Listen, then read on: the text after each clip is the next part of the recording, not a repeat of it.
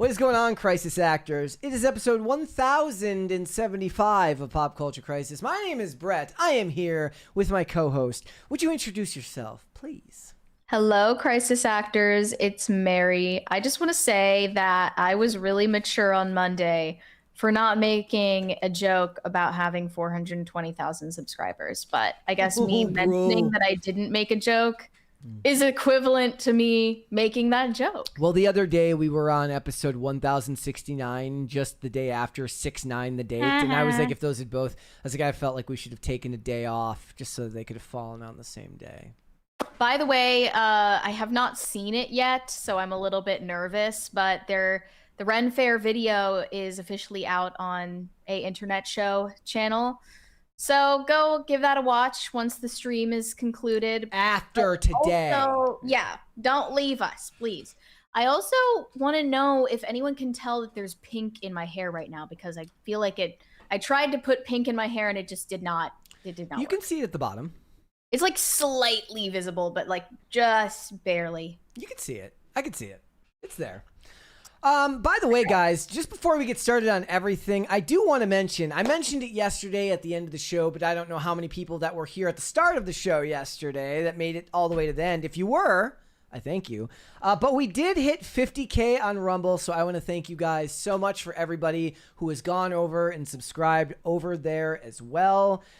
This day and age, you can't just survive on one thing. You gotta spread your footprint around everywhere you go. Gotta diversify that portfolio. Exactly. So thank you guys so much for that. I also want to give you guys a heads up. Please go and sign up for a membership at the Timcast Discord, because I am doing shows twice a month over there on Saturdays, and there's a lot of other content over there, depending on how much you like to argue with people about politics and talk about that stuff before. Is that really what people do in there all day? I mean, they're definitely going back and forth. I don't know how much arguing is going on, but there's a lot of discussion going on. You know, I find it's way easier to get into a political argument with someone who you agree with on 90%. Oh, yeah, 110%. Than someone who's like the polar opposite of you. There's nowhere to start from that. Like, it's one of the hardest things in the world to do. I think that's why, for the most part, people on the right have an easier time arguing, because they have a base level of agreement on certain things, and then they love to fight about that 10%. Also, like, people on the right, or whatever you want to call it, enjoy debates more. Yeah. Because of their personalities. Like, so. and that's coming from, like, okay, so when I did the show on Saturday this is actually a good thing to point out. I got into a discussion about what the ramifications would be for Paramount buying Warner Brothers, where they were, I forget who it was that I was talking to, but he made some great arguments basically saying that he thinks it's a push into our market here, where they're going to try and consolidate power in the podcast space as well. And I pushed back and said, like, look, for the most part, like, that's kind of existed because AfterBuzz TV was a thing, which was like a massive like TV entertainment podcast network. And eventually it went defunct and it went under because people were looking for a bit more authenticity, because the sell for podcasts like those is like they have access to the stars of these shows. Buzz or some TV? Buzz, it was called AfterBuzz TV. So they would do, never heard of that. During the golden age of television in like the early 2010s, they would have a podcast after about every show that was on at that time, and you had the same hosts per season, and because it was connected to Hollywood proper, they could get interviews with cast members on these shows, because television actors still weren't as sought after as, say, a movie actor. So a lot of times guest stars on these shows would end up doing commentary with them during episodes.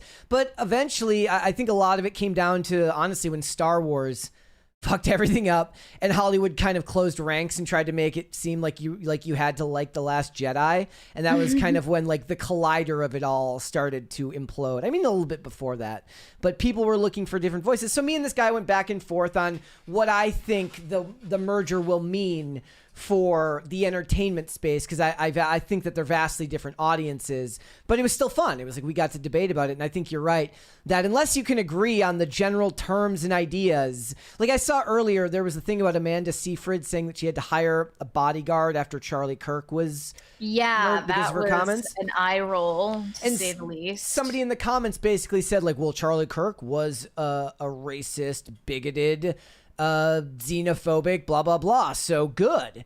And so it's like if you can't even have a baseline understanding of like outside of like almost a certain level of parody, like say what you want about the celebrities that we criticize here, I don't believe we go into any discussion we have about these celebrities with some parodied idea of who they are, if that makes sense. With a few exceptions, right? Maybe Ezra Miller or maybe Ezra. I mean, we do. I mean, like, Ezra Miller was on like a literal crime spree. Yeah, I mean, sometimes they're just crazy, like actually. But even when I talk about the likes of like a Mark Ruffalo, yeah, I always have to point out. I'm like, look, we've always been very fair to Rachel Zegler, to be honest, and compared to a lot of commentary YouTubers. I was one of the original proponents of the Brie Larson redemption arc, and that's just something you have to, yes, which is before it was cool. Exactly. You were a hipster for Brie Larson, actually. Well, Dane set me straight on that one. You were way ahead of your time, though. Really. We have a 20, by the way, that I don't want to miss from Shane H. Wilder. Happy Wednesday, Brett and Mary, or should I say, Morthagonus Gretch, the pale and terrible. A visage wrought from shadow and dread. Great members video. Don't feel bad about the games. They're all rigged. Stay thy hand. Don't click. I saw. Thank you very much. Speaking of rigged in games, I saw that like Coinbase, which is where like you get crypto, it's got prediction markets in there now too, and it's got like will the Odyssey be delayed? Like you can bet on whether the Odyssey will be delayed, or like what will the Odyssey's Rotten Tomatoes score be? I had to close the app. I'm like, bro, I can't do this. Like. What were you about to? I wanted to do it. I wanted to be. Gambling? Well, I mean, I was never a gambler, but I was like, gambling doesn't interest me. But I just thought it was hilarious because I'm actually not confident enough. Look, in any of that, there's a difference between a bet and an educated guess. Yeah. Right. You're an expert when it comes to this stuff compared to the vast majority of people. I want to ask you though, Brett, before we get serious today, what would be your Ren Fair cosplay, roleplay, whatever persona name? Or what character would you play? Like, would you want to be a bard, a knight, a jester? What's the bard? What does the bard do? The bard is he like sings and tells stories. No, God, and no. Plays the lute. Jouster. You would want to joust. Yes, physical pain I guess that works or for physical you. victory seems like the easiest path forward. You just train hard. Have you seen those videos, the guys, like the kickboxers and the MMA fighters who do like the shin, like they just hit their shin against hard shit to like strengthen the calluses on their shins? Just do that with your chest. Calluses on your shins? Like they do it, it builds up the bone regrows and it makes it harder. Well, that's just what clavicular does to his face. Yes. So that makes sense. So I'm going to do that with my chest. So even with a chest plate over it, you just build it up right there. I would rather do that, something physical like that. Cool. I don't know. As for names, somebody with some type of like history education can come up with a name for me. Oh, don't worry. It has nothing to do with history. It's all just like random fantasy like bullshit. You can just make it up as you go along. I'm also doing the Merlin version. I'm race swapping everybody just to piss everybody off. You would thrive in that environment, actually. All right. What are we getting into?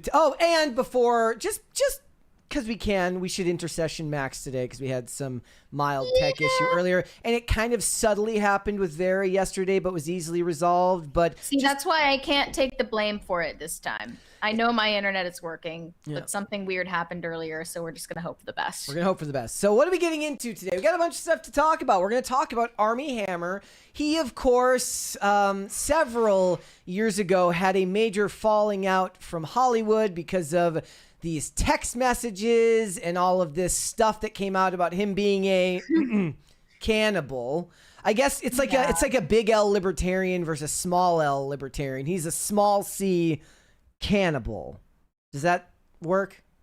I guess he's a cannibal fetishist. Okay, yeah, that's what it is. He's not actually real. Like he doesn't actually. He's not a stone cold cannibal. He doesn't actually want to like eat human flesh. Correct. He just wants to like send women cringy text messages, and we already have covered those in depth on the show. I regret to say, but he's hungry. He is hungry for a comeback, and he's going for it right now. He's got a bunch of projects coming out. And he had an article that was written in The Hollywood Reporter that was, honestly, at least from the portions that I was reading, seemed pretty empathetic to him, though pretty good at, also telling you, why he's in the shitstorm he's in. But it didn't seem overly accusatory. But we'll get into the whole thing. We are also going to talk about Jelly Roll. The crazy kids didn't make it. Him and Bunny XO. I thought they did. Crazy kids. Really meanwhile, they're both 50. He's 40. He's 41. No, I'm kidding. 40. So I thought those crazy kids were going to make it. He has filed for divorce from his wife, Bunny XO. I have seen several different reasons, none of which have been confirmed really by either of them, so it's all just speculation. I've also come to believe that any time you see an article like this where it says a source close to the family, I just think the journalists are making it up. And I think they have been making it up for decades. Yeah, they can kind of get away with it if they say the person wants to remain anonymous. So they're kind of add some flourish. I would venture to guess this is some iteration of an Ozempic divorce.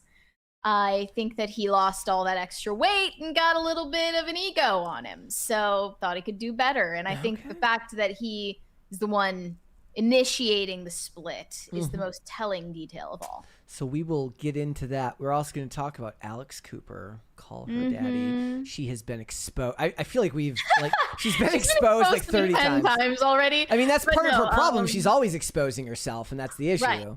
Right. Well, this time Vanity Fair has published a wide-ranging piece interviewing so many of her current and former employees and contractors about the toxic workplace at the Unwell Network.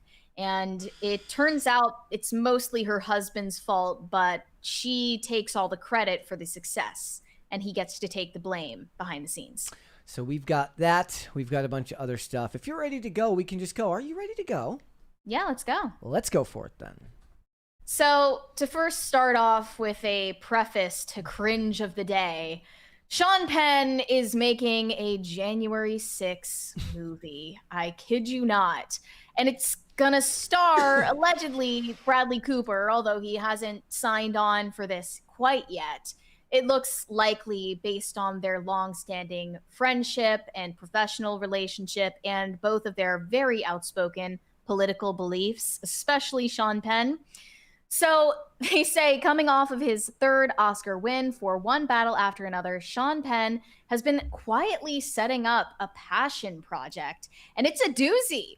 The currently untitled film will follow the early life of a cop who goes on to be caught up in the January 6th Capitol riots. Penn has scripted and will direct the movie, which has five-time Oscar-nominated actor Bradley Cooper in talks to star in the lead role. There's no deal yet. The film will reteam Penn with One Battle After Another studio, Warner Brothers, which has acquired it in a negative pickup. Can you explain just real quick if you know what that means? I don't know what that negative pickup. Okay, maybe I'll look that up in a second. But I find it interesting this is a Warner Brothers project because they did mention later down in the article this is odd positioning considering the fact that this merger is taking place and the Ellisons are at least nominally pro-Trump. I think David Ellison's going to see that movie with Bradley Cooper wearing the prosthetic nose. He's going to say, not on my watch. Very anti-Semitic. Yes. Shame. So Penn will produce with John Ira Palmer and John Wildermuth under their projected PictureWorks banner. CAA Media Finance negotiated the Warner Brothers deal on behalf of the producers. Production is being targeted for mid-2027, given Bradley Cooper's commitments on the next Ocean's film. Maybe he'll have time to reconsider this terrible decision. Here's a negative. Just so we can have the information. A distribution deal in which a film studio or distributor agrees to purchase the distribution rights to a film before for a fixed price, but only after the movie is completely finished. So I guess maybe they're saying we'll buy it, but once it's done, we'll buy it. But they don't have an option to back out. I'm assuming that if there's a contract there, that's what it is. If it's just delaying the sale. So it says, instead of giving the filmmaker upfront money to shoot the movie, the studio provides a legally binding contract, which is the pickup agreement. Yeah. So I wonder if they're leaving a door open in case after the merger takes place, Warner Brothers doesn't want to be attached to this anymore. I mean, in that case, I would be like, why would they do that at all, knowing what's coming forward with the foreseeable sale? It doesn't seem like this movie has huge potential to make back its money. But anyways. Chat, before we get any further, just so you guys can talk amongst yourselves, we all know that Zendaya will end up playing AOC. Please, everyone. I want you to tell me not who... I need you to tell me not if Pedro Pascal will be in the movie, but who will Pedro Pascal play? I think it's possible that he ends up playing like maybe Matt Gaetz. We'll have him play Matt Gaetz. It's not a question of if, but who, especially for like people like Mark Ruffalo. I'm sure he would just die for an opportunity to be a part of this. Who should play AOC? Who should play Ashley Babbitt? Who should play the cop that shot Ashley Babbitt? Who should play the QAnon shaman? Trump, Kamala, Biden. I nominate Neil McDonough to play Biden, by the way. That's a perfect casting. My number one choice. He's a little young, but we can just age him up with some makeup. We were having a little too much fun earlier with casting for this movie, but I guess it remains to be seen. Other than Bradley Cooper, they didn't mention any other names. So the project has been described as an unexpected story about friendship, but it will function on multiple levels based on one of the real-life cops caught in the Capitol attack. The project is understood to have buy-in from its subject. However, their identity is being kept under wraps for now. We're told the focus is on the subject's early journey, one that led him to later becoming an American hero in the eyes of many. I don't know. I mean, I'm sure he sold a lot of books. They also used the term insurrection in here, and it was never, ever adjudicated as an insurrection of any sort. They heavily hint about who this could be, and they go into a description of that real life person, but it's not confirmed. So they say it's not a January 6th movie per se. Nonetheless, given the still divisive terrain, the political climate, and Warner Brothers' potential new owners, it's a commendable commitment, which has had big success recently with bold original stories. Brian Bledsoe says Pedro Pascal as Ted Cruz. Yeah, amazing. They might be in the right age range there. Absolutely. And we also wanted to fan cast Enrique Tarrio. Yes. And Ray Epps. There are so many people that we need to cover here. I think the only like Diego Luna will get the work as Enrique Tarrio. I want Ezra Miller to be one of the cops. Yes. And he should be one of the cops that was waving people in. And I wanted Paul Dano to either play Ray Epps or Trump, but I'm not sure. Maybe they should just bring back Sebastian Stan to play Trump in this one. And you said Madeline Klein as Melania. Madeline Klein as Melania. I would say just bring on Maya Rudolph to play Kamala. Who cares at this point? It's a comedy in disguise. And, anyway, so they say Sean Penn, known for his strong political convictions, previously attended a public hearing of the House Select Committee investigating the deadly 2021 insurrection. They forget to mention that the only person that died on the day of the insurrection was Ashley Babbitt, and the rest and the other cop died after the fact at home. Sean Penn said he was there to observe as just another citizen to see if justice would be served. He sat alongside several law enforcement officers who defended the Capitol. Among those he was seen speaking to were Michael Finoni, I don't know if I pronounced that right, the former Washington, D.C. police officer who was severely injured and beaten on the day. You don't have to squint hard to see a strong resemblance between Bradley Cooper and Michael Finoni. I did look up pictures of this guy. I'm not sure I see the resemblance, but it's possible. Sources wouldn't be drawn on whether the latter is the subject of the film. It may not turn out to be him, but his story is a compelling one.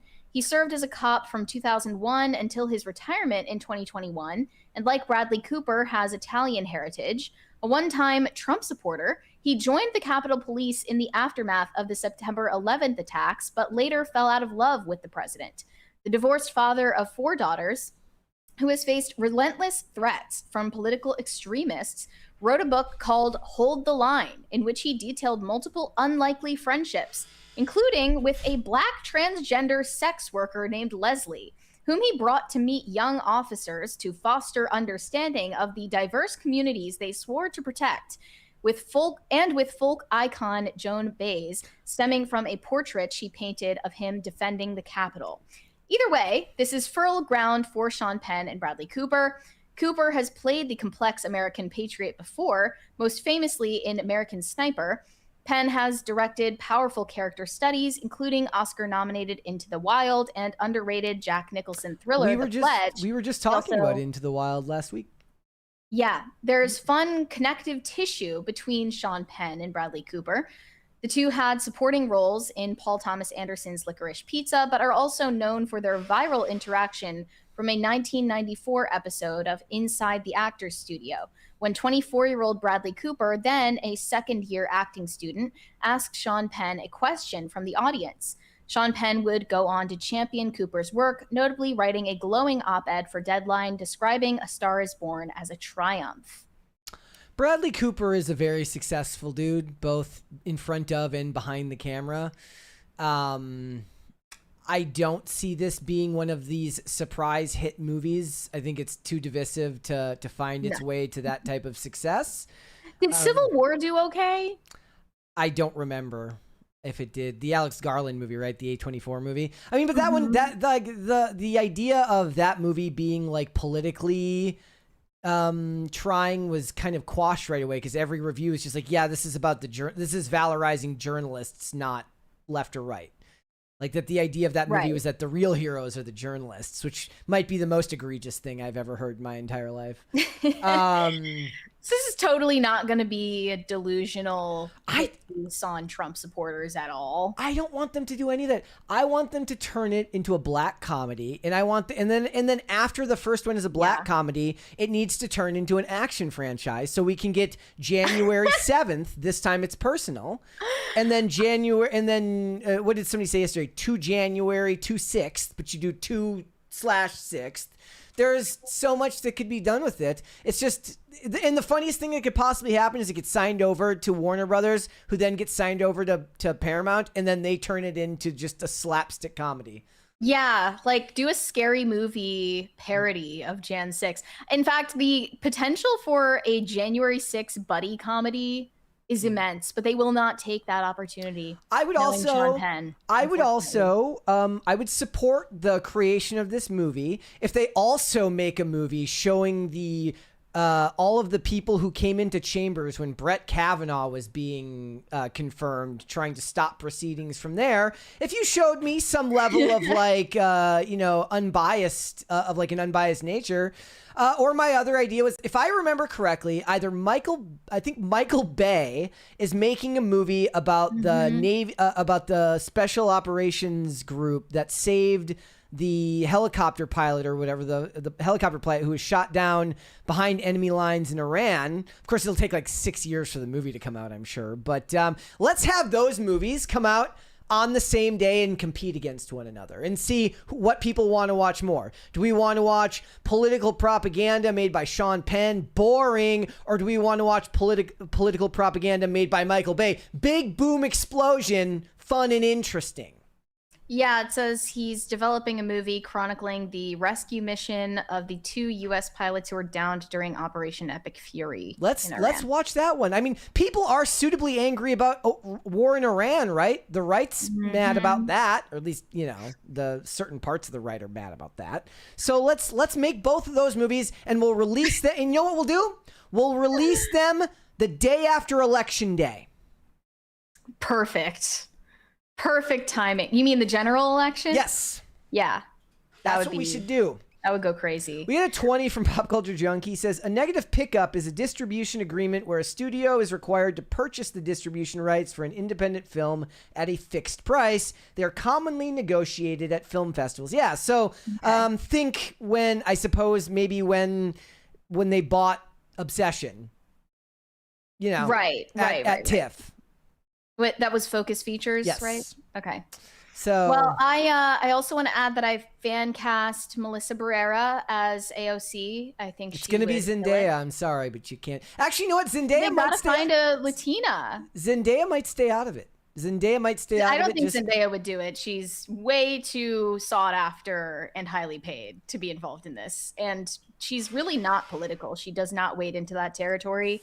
Melissa Barrera, however, She would would love, I mean, she would just fangirl over the opportunity to play doesn't that AOC. mean that we can have you know what, then Rachel Zegler can play AOC's I'm sorry, she can play Nancy Pelosi's aide who's about to put in her most recent stock trades as it all starts to happen? Unfortunately, I feel like this movie in reality is going to turn out to be very lo-fi and like gritty and realistic. Make it and a most musical. of it is not going to capture the action of the day. Like if it just were about the 24 hours of that day, it'd be far more interesting. But it sounds like based on the description in Deadline, it's just going to focus on this one guy's life story. I mean, I get the point. Maybe in the third act at January 6th. If we were making just a, like, I would be like, this is the goodwill that Hollywood has given up, which is that if this was 30 years ago, people might be able to buy that you were going to make a movie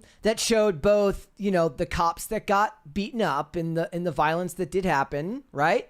But also maybe show the people who were just thrown in jail without ever getting a chance for bail, held against their will, as basically political prisoners. If you showed both sides of it, that might be interesting. Show what happens when citizens rise up and what happens when a tyrannical government tries to squash the citizenry. But nobody has any faith that they would be able to do anything like that.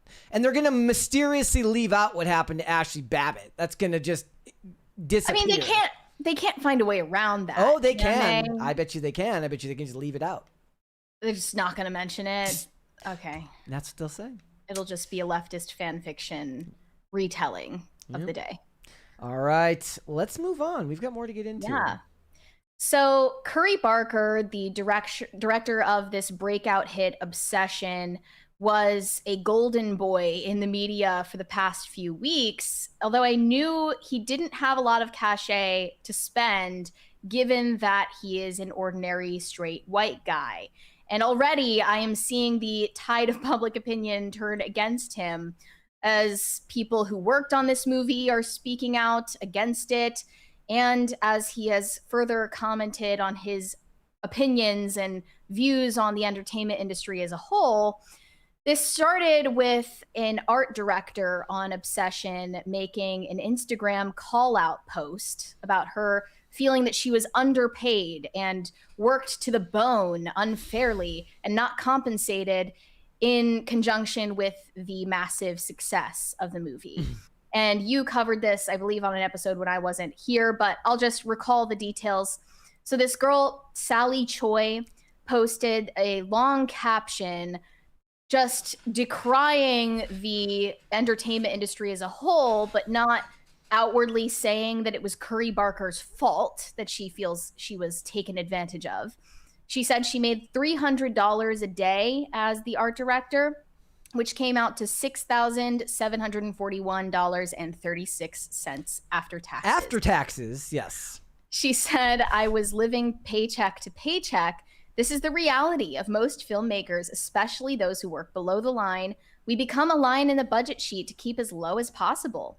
There were also crew on Obsession who were volunteers, getting paid in gas and mileage. This wasn't even paid on time. So to make a $250 million grossing film, some of these amazing people had to come out of pocket to work on set. I kick myself every day for not flipping this production. I was encouraged not to, and I naively listened. Yes. As is the case for most low-budget productions, everyone has to wear many hats. So she talks about how she was working so hard that she became underweight and was neglecting her health and well-being. Wait, so you got to be on the biggest crazy movie of the year and you got skinny? That's just amazing, right? And she's like, I was only 90 pounds by the end of production. She did not work on a $250 million movie. She worked on a $15 million movie because that's what the movie was sold for. Well, that's also, she didn't really even work on that version of the movie because that was after it was already made. So she was really working on a non-union $750,000 film. Yes. And she said, I say all of this to finally have my peace. I know this is bigger than Obsession or Curry Barker and his team. It's not about that. This is bigger than the film industry. If you feel called to have this discussion with me, please do so. I'm willing to be wrong because I know I'm probably missing information and my perspective is just a drop in the bucket.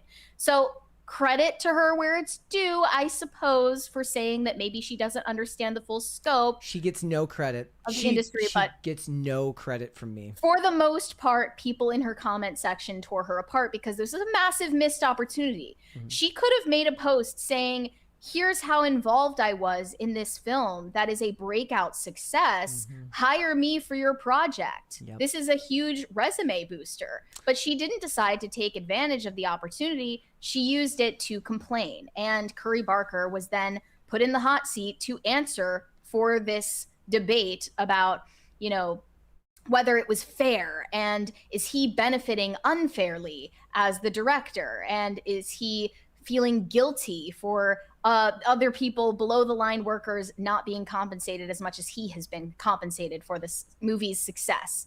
So they say in the Hollywood Reporter interview, during the 4th week of release, there was a viral Instagram post from the film's art director, Sally Choi. I know you didn't produce the movie and aren't responsible for writing checks, but I wondered if you have feelings about this. He answered, I have nothing but respect for the art department, and the work they did was extraordinary. Everybody on this film worked so hard, and they deserve to be recognized. Notice he said recognized, yes, not paid as much as I'm being paid. This movie was made for so little money that it's typical. The only people who directly benefit from its financial success are the people who took on some sort of risk. But what I hope is that every person that worked really hard on this film will see opportunities to catapult their careers in ways that can be very financially fruitful for them, like what's happening for me. So he didn't outwardly say anything accusatory about Sally Choi, or he didn't apologize, which is probably what people were hoping for. They were probably hoping that he would say, like, I'm going to donate a bunch of the proceeds to below the line workers. They are not satisfied with this response. Mm-hmm. And he has quickly lost a lot of goodwill among basically socialist art nerds. And one of the replies said this perfectly. It said, assume the movie had flopped and the director lost his entire $750,000 investment. How many crew members would have voluntarily returned their fees to help offset his loss?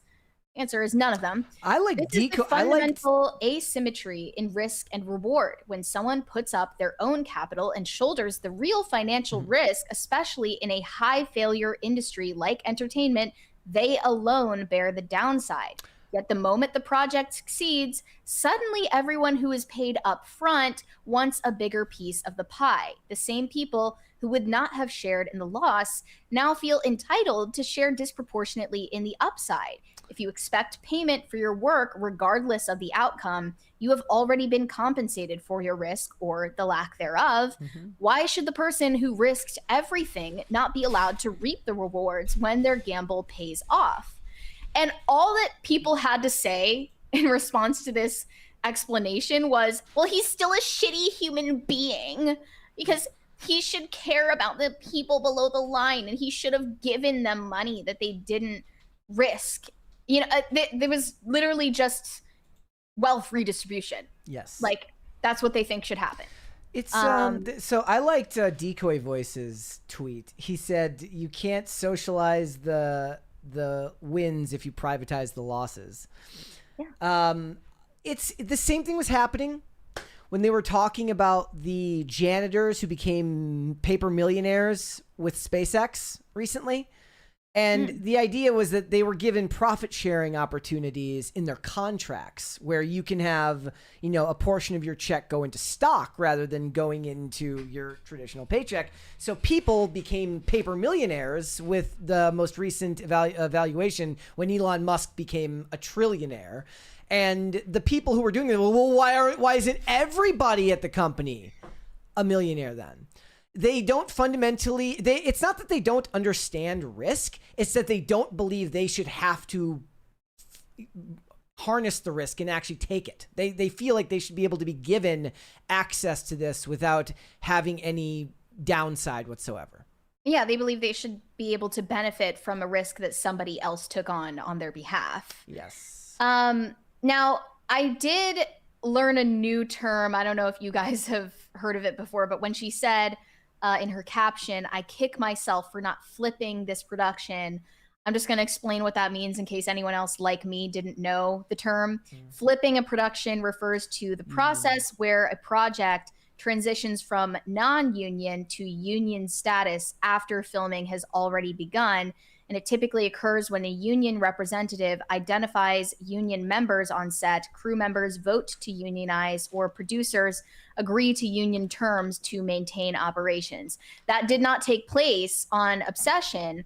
And it's one of the reasons why it was able to keep its costs down and have such a high yield once it was out. So then Variety recently published a long piece about basically the mass exodus from Hollywood, why so many films are getting produced overseas. And there was one... We're going to talk about this tomorrow more as well. We could go really into depth with this, but there is one piece of the article that addresses Obsession, saying that maybe not in endorsing this decision sort of way, but acknowledging it. They say indie producers can make things more cheaply in the US if they shoot non-union films. Obsession, the breakout horror hit, was filmed in Los Angeles for just $750,000, but with fewer domestic productions overall, International Alliance of Theatrical Stage Employees has been working harder to flip non-union ones, which drives up the cost. They say indie producers can still make movies like Obsession cheaply in the US, and people are pissed at this headline. They decided to lead with this because they knew it was rage bait, but people are like, so you're saying indie producers can make budget films if they underpay everyone? What the hell is wrong with you? Like, do you want good movies that don't cost hundreds of millions of dollars or not? There's a 20 here from Pop Culture Junkie, says the best job to have right now is to be a real estate agent in Hawthorne, California, which is the current headquarters of SpaceX, where all the new millionaires are. Ooh. There you go. Interesting take on it. They interviewed at one... Thank you, guys.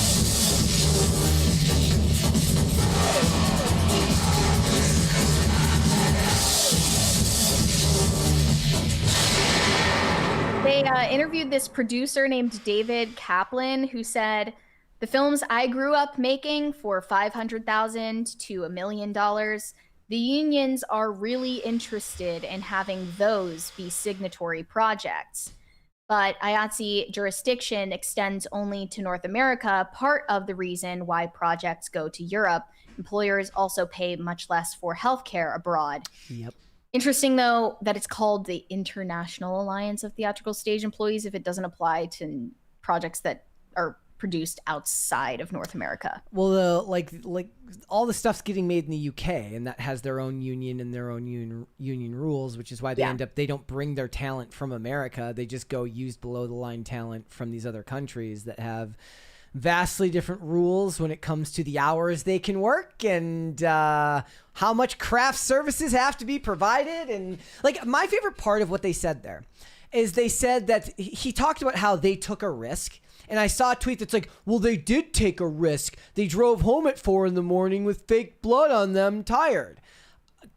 Either because they're being dishonest or they're stupid. They don't understand what risk means. But you and I know that that's not true. They're just being dishonest. Honestly, the whole caption that Sally Choi wrote was literally just like, "I'm just a girl and it was really hard." Yes. And like feelings. By the way, the funniest thing about the article that we'll be covering tomorrow about the mass exodus is they're using Baywatch as this prime example because they got all these tax cuts to film there. And then they found out that there are all these laws in place that prevent them from shooting on the beach. Like, they can't use their ATVs on the beach. So they have to use the big LED board with a fucking thing behind it. But the show is starring Stephen Amell, who got spanked by the industry because he said something vaguely non-union during the 2023 strike. And then he got the call. And then like the next week he was at like he was out there on the picket line, looked like he wanted to be literally anywhere else on planet Earth. And he was kept in line by his union. Extremely ironic reply, by the way, to the Variety piece says, Americans' hatred of unions is fascinating as someone from the UK. Meanwhile, Americans are filming projects in the UK to avoid being bullied by unions. Well, they're just saying that they would rather work with that country's union. Well, yes, but it's less restrictive for the people producing them. They don't understand the amount of restrictions in place for American unions. On top of all of that, Curry Barker and Kane Parsons, the director of Backrooms, are getting flamed for distancing themselves from being identified as YouTubers turned filmmakers. Mm-hmm. Kane Parsons was asked about this in a recent interview and gave a circuitous response saying, I'm not really willing to speak on that yet until a few years down the line and I can reflect on it with a bit more clarity. But he doesn't really want to identify as a YouTuber anymore. And Curry Barker said something similar in his Hollywood Reporter interview, saying, I never thought of myself as a YouTuber. My journey isn't that much different from the greats we know who started by making short films until somebody finally gave them a chance. YouTube was just a platform. I would actually agree. Fuck you, how dare you not Look, I get why people are mad because it feels like they're denigrating the platform that gave them their chance. But unless that dude was out like share, comment, subscribe. I don't think he was doing that. I don't think he was I never watched click the bell for notifications. I don't know. I don't know if he considers himself I don't consider myself, a YouTuber per se. Not in the same respect as they do. That's just the platform we use to do this stuff. I feel like YouTuber, because we do it for a company, right? It's different when you do it for a company as opposed to something you do at home. If I was doing this on my own at home, maybe then that's what it is. But yeah, I guess when people ask me what I do or what I am, I do say podcaster rather than YouTuber, but that's also because it's on other platforms than YouTube. I don't know. It's just pissing a lot of people off because it feels like he's trying to shuck and jive for the Hollywood bigwigs now. And he's turned his back on his roots. That's how they feel. And they're like, well, you should give credit to your fan base that you grew on YouTube instead of trying to downplay the importance of YouTube and the potential that being a YouTuber gives you to launch your career elsewhere. I also loved this. I forgot to mention this. Hollywood is now scraping Reddit for new ideas for movies and television shows. As if AI weren't scraping Reddit for material enough already. Exactly. So, all right. Great stuff. What do we have a cringe? I didn't see a cringe. If you sent it, I didn't see it. Oh, I thought I did send it. Can you resend it? I might have missed it if you've got it. I'll do cute of the day while we wait for that to come up, but okay. I might have missed it. Here we go, ladies and gentlemen. This is from Salty Assassin. This is Stu, not Stuart. Stu. Stu is very cute, not Stuart. The orange cat. Stu is very cute. He looks like he's about to lunge at somebody. He does. Let's do one more. I got at least one more here. This one's from Derek. Says Hector, the Italian Greyhound, Pluto, the Maltese Shih Tzu, and Osiris, the Pit/Lab. I wouldn't know. Oh my God, those are some happy looking puppies. I could have sworn that I sent you the link, but then I might have missed it. Maybe I copied it and didn't send it to you. Oopsies. Send it. Okay, maybe I'll just have to find it later. That's fine. They didn't have to deal with the cringe yesterday. Maybe we'll do cringe at the end of the show today. If we have time. We'll have to do that. All right, let's move on. Armie Hammer, he is hungry for a comeback. Yeah, after years in the darkness, Armie Hammer has been lurking and planning his comeback to Hollywood. And it looks like they're finally ready to give him a second chance after his cancellation. I just learned, by the way, that his fans are called the Hammerheads, which is great. They've been waiting a long time for this to happen. And it looks like he's ready for a redemption arc. And as you said, he is hungry for another opportunity. If you don't recall, he was exposed as a cannibal fetishist, but he was definitely accused of more serious crimes than just being a weirdo who's into weird sex stuff. I believe a former girlfriend slash kink participant of his was the one who accused him of the most severe assault. And we did cover that more in depth on the channel at the time, but it's hard to recall all of the details now. I basically had the take that was like, if you're someone who's aroused by pretending to R-word someone or eat people, I don't really lose any sleep over you being ostracized from polite society. It was a woman that he had had a 4-year affair with. Was he married at the time? Yeah, he was married to Elizabeth Chambers at the time. The LAPD investigated. No charges were filed. Not hard to believe. Right. So there was a lot of gray area in there, but we went through a lot of the extremely cringy text messages exchanged between them at the time. I think it was like painful. Who was worse, him or the dude from Maroon 5? Oh my gosh. I mean, it's hard. Is Adam Levine cringier for saying holy effing F that body of yours? What did he say?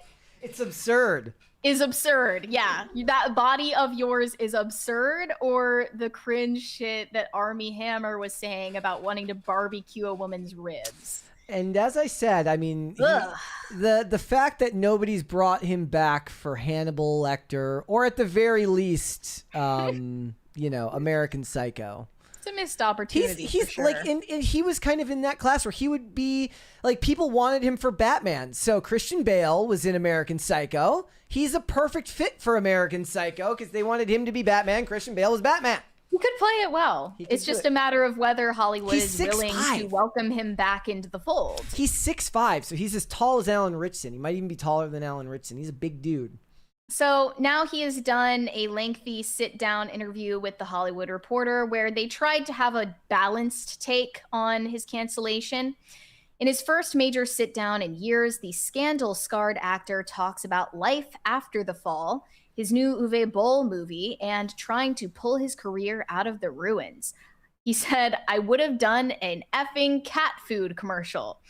When I saw that part, I was like, can we just not talk about like food or animals or anything of the sort after what's happened? Just read the room a little bit. But they say, last time I had dinner with Armie Hammer, he drove us up the Pacific Coast Highway in his black pickup truck and ordered a mutton shank at a Greek spot in Malibu. Of course, they have to mention what he ordered for dinner.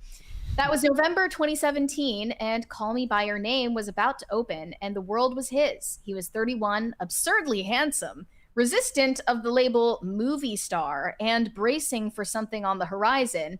At the time, he told me, "Given my history, I'm waiting for the other shoe to drop." The shoe dropped. What followed was one of the most total and public collapses of a Hollywood career in recent history. The scandal consumed him so completely that for a stretch, he was living in a 200-square-foot hole of a flat in Venice Beach, paying for groceries with a debit card a friend had pressed into his hand.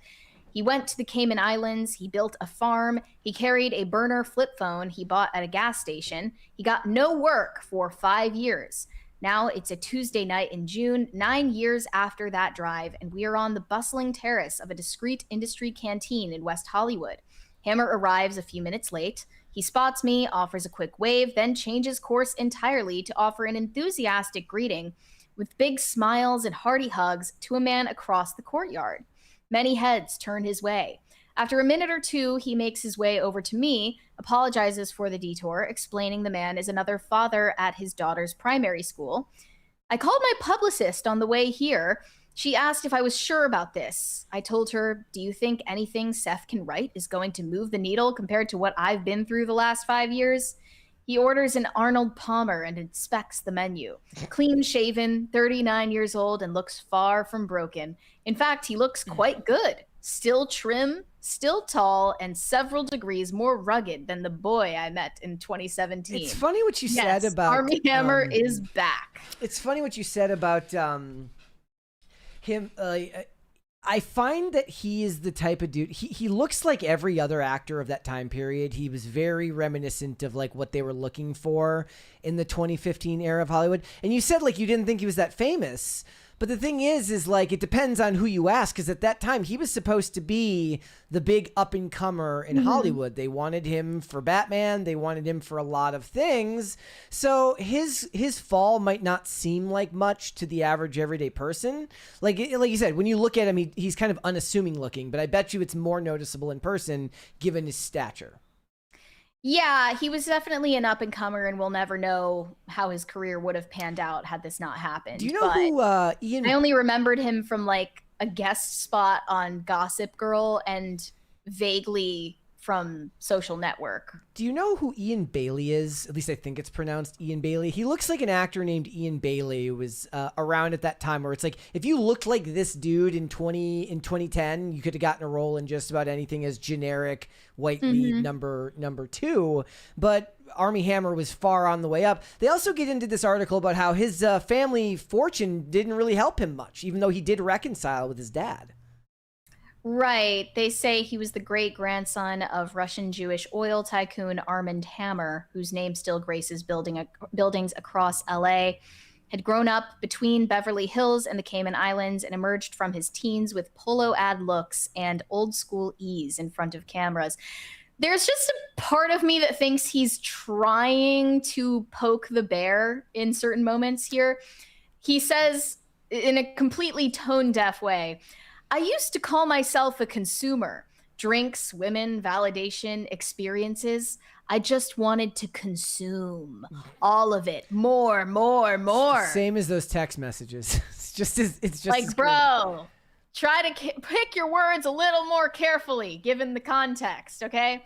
He said, I didn't actually know how to give myself what I needed internally, so I relied on external sources. It's like a black hole. No matter how much you throw in, it's gone. You're never going to fill up a black hole. Okay, we get the metaphor, bro. He also describes feeling as though he suffered from imposter syndrome. But they say 4 years later, the collage of work he was building up went up in flames. What happened is public record. Several women came forward with accounts of psychological and sexual abuse. Explicit messages attributed to Armie Hammer had circulated online, describing graphic sexual and cannibalistic fantasies. A woman with whom he carried on a 4-year affair, all while married to ex-wife Elizabeth Chambers, accused him of rape. He denied the allegations. An LAPD investigation was opened and later closed without charges. For many, none of that settled anything. The messages alone were specific enough and disturbing enough that those who had read them have not been able to unread them. The career, already faltering, ended entirely. His agents dropped him. His publicist was gone. He is now represented by a single entertainment attorney whose primary job is contracts, and who told him, when asked to make calls on his behalf, that's not really what I do. What followed was genuine chaos. Friends who texted their support privately were targeted by internet obsessives and doxxed. Hammer changed his phone number repeatedly until he gave up entirely and bought a burner flip phone at a gas station, carrying it for a year and a half. For a stretch, he was couch surfing, staying in friends' places while they traveled. He ended up in a Venice apartment, a rent-controlled space so small it had a Murphy bed. The Hammer family fortune, such as it remains, was not a safety net. After his father died, he received nothing. It's just one of those things that's so complicated you have to be a tax attorney to fully understand it. But the end result was not I'm set for the rest of my life, or even the next couple of years. It hasn't been that. We were just talking. I just posted this thing the other day, one of those old quotes of Daniel Craig being like, I don't really like the idea of inheritances. You know, I think you should spend the money. And it's like, I want to make a better world for somebody else's kids. Like, where did the money go? Hollywood people love not giving their money to their kids. He basically says that he was like a victim of cyberbullying at one point here, which is an eye roll. Like, he basically retreated from social media. Of course, a divorce followed. So he's been on his own since then. Can't blame her for not wanting to be involved in all of that, but it appears he still has a relationship with his children. Yep. But I feel like you just have to fight through the news cycle, and the only way out is through and waiting for people to forget things. I know even in our position as people who covered it, we've forgotten all of the details thus far. So probably the average person only knows that something he's happened. A cannibal fetishist. Not even that. They're like, didn't let you have some text messages. Like, he said something about barbecuing a woman's ribs. Yeah. So that's what the average person remembers from the entire scandal. But he was talking about the downfall of his career later in the piece, saying he came back to LA in 2024. About a year and a half later, an email arrived from Uwe Boll, the German filmmaker whose decades of aggressively low-budget, critically dismissed genre films had transformed him into a cult figure, kind of director whose name functions as its own punchline. He wanted Armie Hammer for a movie, and it was the first offer he had received in 5 years. He said, "I'm pretty sure I cried. It was just this moment where I was like, I'm going to get to do the thing that I love more than anything, other than my children. I would have done an effing cat food commercial. I just wanted to work again." Underneath was something more unsettling. He wasn't sure he could remember how to act. I was scared shitless until the moment Uwe said action for the first time, and then I was like, I do know how to do this. There is a reason I had the success I had.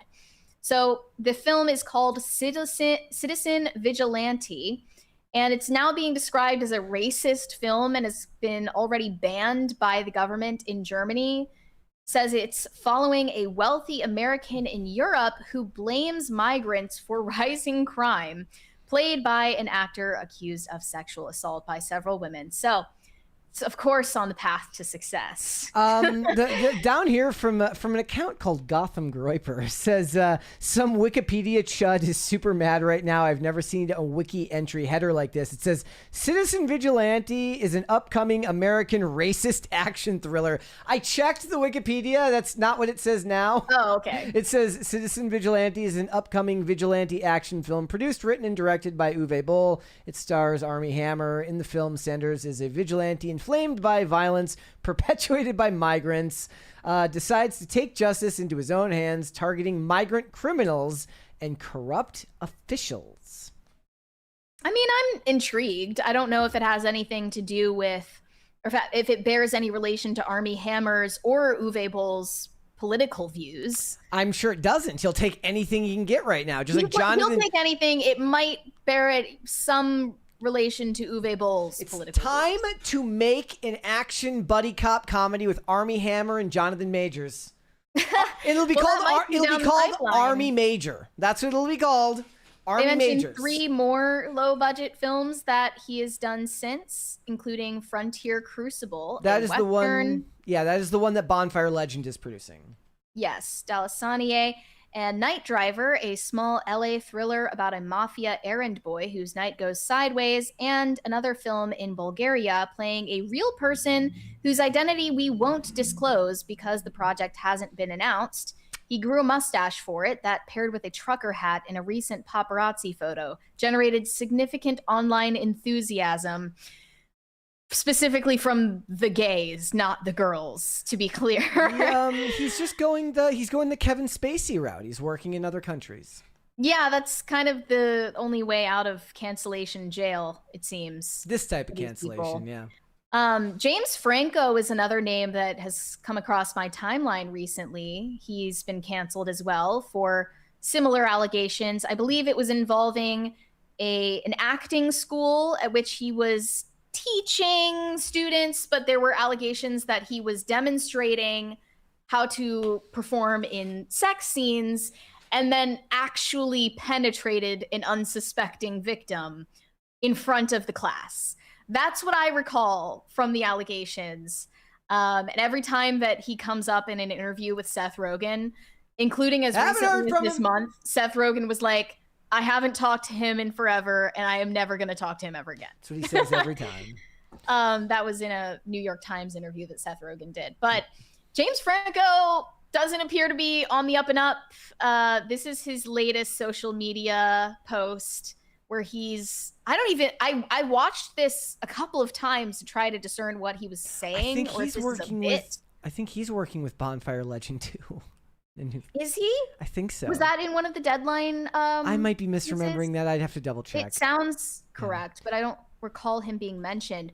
But anyway, this is something that he posted. I cannot describe Franco. It to you. Me, really, James Franco. I'm here at my house. I'm not promoting anything, okay? I'm making this account because some serious shit's going on, okay? And look here. This is real, okay? I'm real. It's me, not AI, not anything, okay? Could AI James do this? No, could not write this. This is me. Okay? Those who know, right? Some serious stuff going on. That's why I'm contacting you. That's why I'm doing this. Okay? I know I maybe seem crazy. Like, what's going on? What's the gimmick? No. This is real. Real. Okay, I can't say too much right now. I just need you to follow me. Then I'll know who's down. And I'm going to show you some crazy stuff. Okay? Just follow me. Okay. Yeah. What's going on, buddy? Be funny if it led to Cry for help. It'd be funny if it led to like a hyperlink that's like the new James Franco acting schools opening up. Yeah, like this feels like a poor attempt at guerrilla marketing for something, and I don't know what. Yeah. Now to go back to Armie Hammer, he does, in some sense, take some of the blame for what happened to his career at a later point in this article. He doesn't claim total innocence.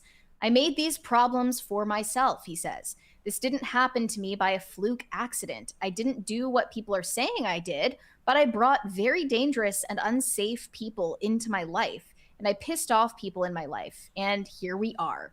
He describes the chaos of the scandal, the doxing, phone numbers, and siege of it, without identifying a villain, but he acknowledges that his public image is a hurdle he is far from cleared, and he is not entirely yet uncancelled. It's like Sisyphus pushing the boulder, except my boulder is covered in Vaseline. So he doesn't really admit to any criminal wrongdoing, but much like Harvey Weinstein has said, he made mistakes and he takes accountability for those, whatever they may be. So this is from also about James Franco. It says he revealed that he has a role in a big studio movie, the first blockbuster he's shot since The Disaster Artist in 2017, but he can't reveal the name right now, and it's already shot, but it won't be ready till 2027.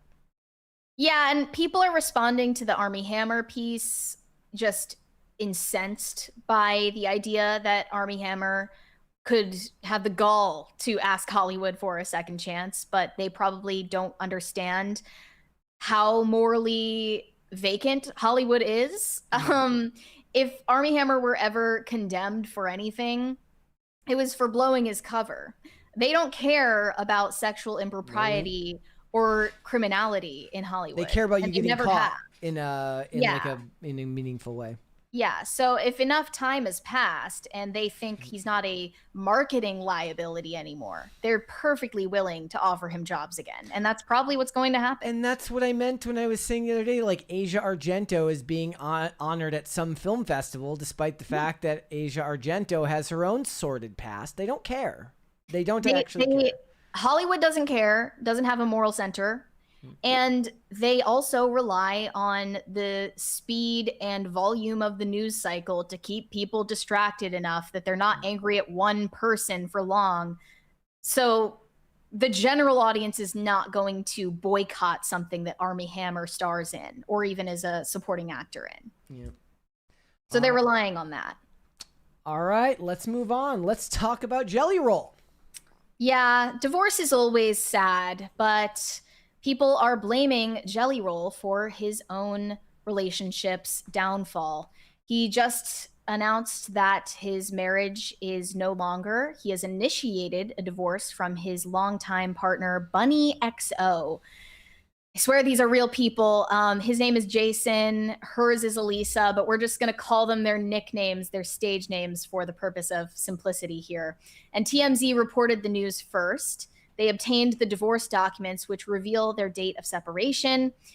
Says Jelly Roll has filed for divorce from his wife. TMZ has learned, according to court records, Jelly Roll filed for divorce from his wife in May in Tennessee. Sources tell TMZ that the divorce was a mutual decision by the two and a private family matter due to irreconcilable differences. Jelly Roll met Bunny in 2015 before hitting it big, but things didn't turn romantic until the following year. The couple walked down the aisle in August 2016, and Bunny, who was previously a sex worker, decided to quit the industry in 2023, years after the marriage. On top of the drama, 1 week before the wedding, Jelly Roll welcomed a son with another woman. The couple has had a rocky relationship. Bunny has been open about the ups and downs, revealing they split multiple times in the past.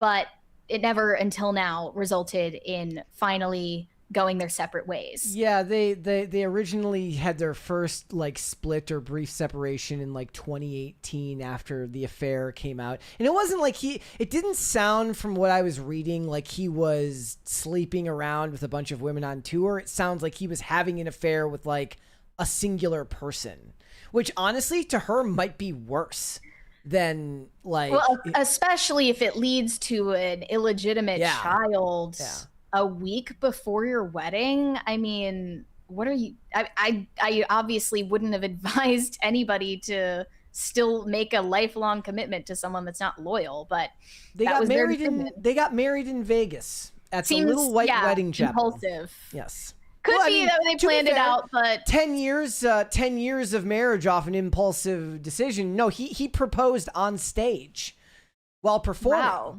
But if they got married in 2016, I believe that was still long before he reached the level of fame that he's at now. Yes, correct. And it wasn't that he got famous and then started philandering because he got a big ego off of his success. He was philandering well before he had, in some people's minds, an excuse to or circumstances that would make it easier. So this is something that she repeatedly forgave him for. And even to this day, she wasn't the one who initiated their split. People have strong feelings about this. I think this is possibly a case of Ozempic divorce, a phenomenon that we've discussed on the show recently, where people lose all of the extra weight and then think that they have a higher sexual market value. And they decide to leave their current partner, who they got with probably when they felt more insecure about their appearance. I think that's probably one piece in it, at least, because he did lose a lot of weight. They got together when he was morbidly obese, and now he is no longer. And I think that we'd be remiss not to mention that aspect of things. Mm-hmm. So here are a few of the takes that I saw on X. One said, that dude didn't have a dollar to his name or a place to live when he met Bunny. And she stood by his side and helped him get custody of his daughter from a previous baby mama. She was there when he was 400-something pounds. This still blows my mind. Another one said, I'm not too fond of them, but I find it interesting how men are trashing her because she's a former sex worker, despite the fact that she helped fund his career when he was broke and he cheated on her throughout their marriage. Another one said he cheated on her multiple times during their relationship and she forgave him every time and defended him publicly. She also has helped him raise his 2 kids from previous relationships and treat them as her own. She supported him throughout his entire career and helped him get healthy again, too. Now he's the one leaving her. Ladies, this is why you need to stop forgiving bum-ass men who don't deserve you. If they cheat, leave. Give an ugly man a chance, and he'll act like he rules the world. He doesn't fit into that category, though, because of his immense wealth. Well, he wasn't wealthy at the time seems like he's always had dysfunctional relationships without bearing any relation to his success or level of wealth. Doesn't seem like she was ever interested in separating. Yeah, doesn't appear so. Even though they claim it now, it was a mutual decision. So, I mean, even if you could say a lot of women would stay in a relationship that's toxic or where they're mistreated for the sake of being with a high status, wealthy, famous guy, that certainly wasn't the case when they first got together. And it sounds like she actually was more well-to-do for herself financially at the beginning of their relationship. Not through honorable means, I'll grant. She was a high-end escort of some sort in Vegas at the time and continued to be until quite recently in their marriage, which I find also a huge red flag. Everyone knows that a guy who really loves the woman that he's with would not allow her to sell her body. Mm-hmm. Like, everyone just instinctively understands that. So that's why some people are claiming now, even though it's technically incorrect, that he pimped her out to live off of her money, to mooch off of her. It's still true that he neglected her as a spouse by allowing her to continue sex work while they were I reject the idea of that being like I was speaking of a specific tweet when I saw that there, where they said that he pimped her out, which carries very specific connotation, especially the fact that was her actual job before they met. So I'm like, how many escorts hire their own, like marry their own pimp, even though they were an escort before they met them? Okay. I'm just saying, if he has any respect for himself and any love or care for her, that would not have continued past the point when they got together. He also did for years. The other thing, that already speaks volumes about the type of person that he is. And even before whatever the divorce proceedings will be for all of this, his fame now has given her access to another career path beyond just sex work, because she has a podcast, she's an influencer. She could do it without an OnlyFans. It'd probably be a little bit harder, but she can do it without having to do that if she so chooses and desires. Like now, everybody have an OnlyFans. I don't know if she still has that. I don't know if the article that I read was saying that she gave up sex work in 2023. I don't know if that article considers OnlyFans sex work. You know, I would assume so. Depending on who they are, they might have a more liberal definition of what they mean by that word. But the point is, it's like now, if you end up being a woman who marries a pro athlete, you have a built-in career now as an influencer or a podcaster. Right. Like there is a path forward for you in all respects. And the other thing that people are saying here right now, which is really, really sad, is there's this possibility that the divorce is related to the fact that he is now preaching a Christian way of life, and that runs totally in contrast to her image. This was originally from the Daily Mail, but it says the real reason for Jelly Roll and Bunny XO's shocking divorce is due to the country singer's hard lean into religion clashing with his wife's more racy past, a new report claims. If it was the idea that it was just over her past and I'm to buy this, that's BS. Because then he's not forgiving her of her past actions. And redemption has to, and redemption has to be a path forward for everybody. But it says there is just such a conflict in what's going on. He's preaching this Christian way of life. She's posing mostly naked and talking about porn and penises on her podcast, a source told the Daily Mail. So if the content that she's making now, even if it's not nudity, runs contrary with the Christian way of life, that is a conflict for him. But here's the problem. People are going to be just as hesitant to believe that he actually took that turn and didn't just do it for the money.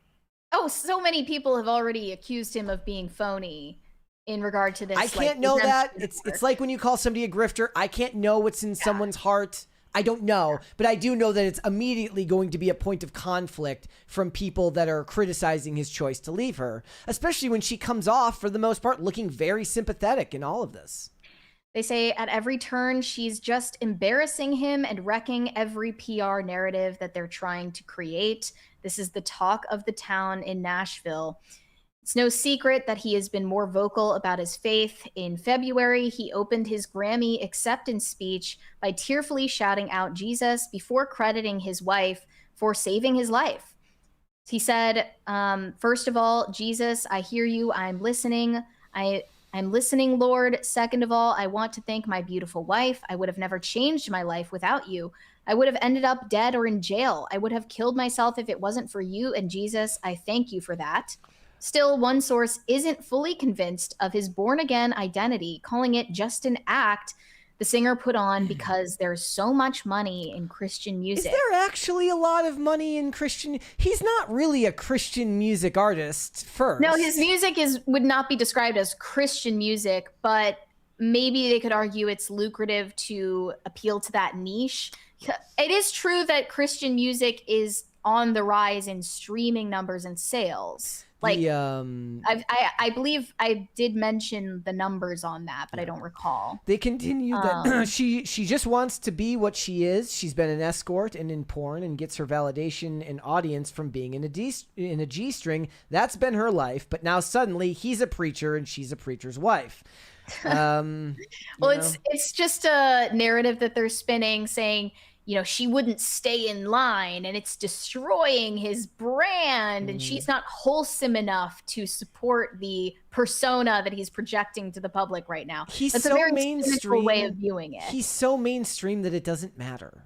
Like he is a part of the machine now. He doesn't need to be Christian anything. He can pay lip service to it, just the way a country artist pays lip service to trucks and hunting, even though they live in Nashville in a compound. I did think he came off as incredibly faux humble when they asked him about his political beliefs, calling himself like a stupid white guy or whatever. Like, I'm just a stupid redneck. Like, bro, either speak on it or don't, but you're basically inadvertently talking shit about your own fan base when you say something like that. Anyways, his daughter, one of the children he had before he was with Bunny, has spoken out in an expiring TikTok post. This was a story post. She's 18, by the way, so she probably doesn't understand the consequences of airing out family drama on social media yet. But this is what she said.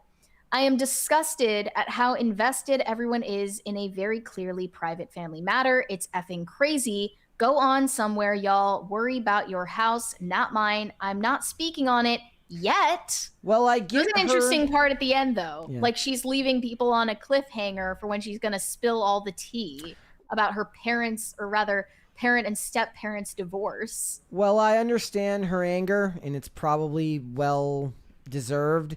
Unfortunately, the truth is that to reach that level of fame and wealth, that means that you are now part of a part of society that is going to cause people to be interested in what's going on in your private life. Like, you benefit from having tons of people following you on social media when stuff's going great. That means they're also going to be interested when things are going not so great. But I mean, I have to be sympathetic because she didn't ask for any of this. That is true.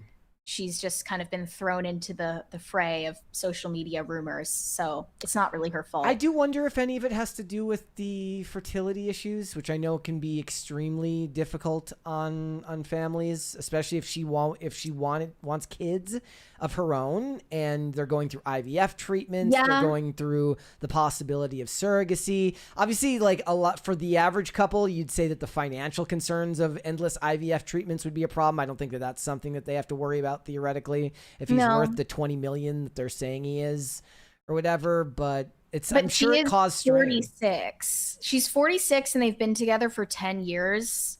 They probably had a better chance of conceiving early on in their relationship. Well, they had the 5-year plan that likely didn't include that. Right.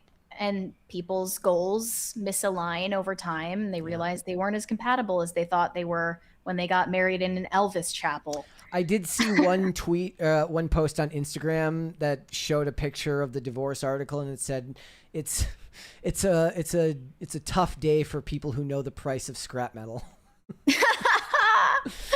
Look, people shouldn't look at this story and think it has any relevance to their own lives. It does not. And the way people are twisting it into a talking point about modern dating and like, don't give an ugly guy a chance and all this stuff is so transparently just like gender war slop discourse. Yes. There's no relevance to ordinary women's lives. She probably has some major issues if she were willing to tolerate his behavior for as long as she did before and after getting married. Mm-hmm. So I think this was probably just toxic from start to finish. I mean, his issues and like, so it's like he's got issues, she's got a past. They're either a match made in heaven or a match made in hell. One could even say that maybe they should write a country song about it. That would be interesting. They should do that. All right, let's move on. Alex Cooper, she's being exposed for like the sixth time. Yeah, the call her daddy empire is crumbling very, very slowly. We have been periodically covering the exposés published on the Unwell Network. That is the parent production company of Call Her Daddy. That's the flagship podcast, of course. But Alex Cooper has been trying to expand her media empire and find more talent to be the next generation's Alex Cooper. However, that plan is not panning out very well, as last year in February, they parted ways with a new member of their network, Alex Earl. It's basically a younger Gen Z version of Alex Cooper. And at the time, there was very little explained about that split. Neither party went on to blast that information to social media, but Alex Earl started dropping hints that she was going to speak out just a matter of months ago, and then backtracked and decided not to speak on it. So that's probably something to do with the lawyers that they most certainly retain on Alex Cooper's camp, including Brian Friedman, who, as you know already, defended Justin Baldoni against Blake Lively. We'll get to that in a minute. But Vanity Fair was the latest to publish a lengthy piece about the inner workings of Unwell Media. And Matt Kaplan, Alex Cooper's husband, basically verbally abusing employees who, for the most part, are Gen Z girls just entering the workforce for the first time to work for their hero, Alex Cooper. And it's a sad thing to imagine, you know? You're freshly graduated and your first job in media or marketing is for your hero of Call Her Daddy fame. And it turns out you don't get any direction from her. You don't get any of the mentorship that you were hoping for. You end up locked in an office with her madman husband who is going around screaming at people and having a mental breakdown over simple mistakes.